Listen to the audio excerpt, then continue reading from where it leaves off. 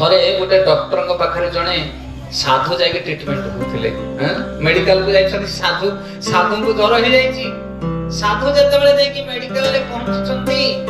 Doctor महात्मा कोन कले ना doctor 2-3 दिन धरि ताको ट्रीटमेंट कले साधु मोर ज्वर भल हो गेला आ एथर बाहरे पय आसले कहले आगे हम देह भल हो जाइछि डॉक्टर कहले हां एथर तुम सुस्त ना ताले हम एथर आसु ना आसु साधु ठिया हेले बेड रो कहले जा हो जगन्नाथ को कृपा रो देहटा भल हो गेला डॉक्टर कहले कोन हला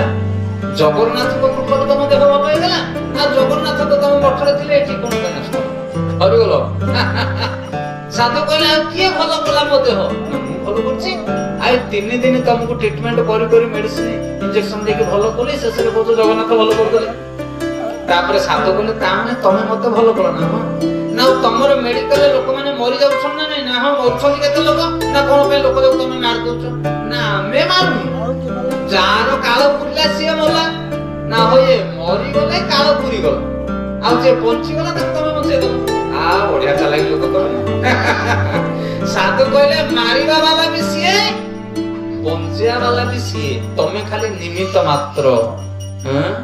जेमिति इंजेक्शन को धरि कि तमे लोक को इंजेक्शन दोछो इंजेक्शन कहबो कि मु इंजेक्शन देले ना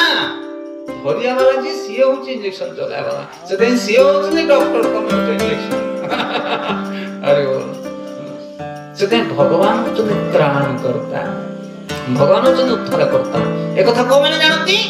देवता माने जानती कि दर्शन माने कथा जानती सेते देवता माने मिलित भाबरे जाय भगवान को प्रार्थना करछंती कि आपण असुर राजा मान उद्धार करंतु।